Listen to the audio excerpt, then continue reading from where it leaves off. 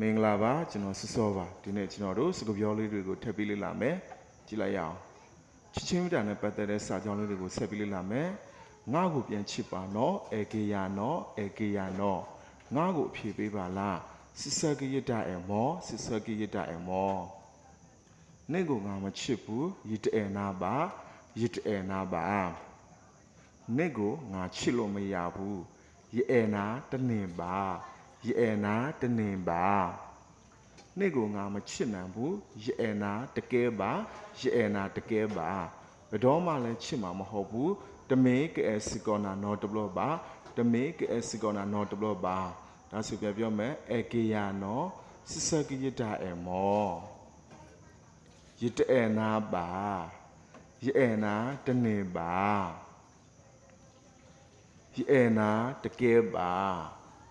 တမင်ကဲစကောနာနော်တဘလပါအားလုံးနားလည်မယ်ပြောတတ်မယ်လို့ထင်ပါတယ်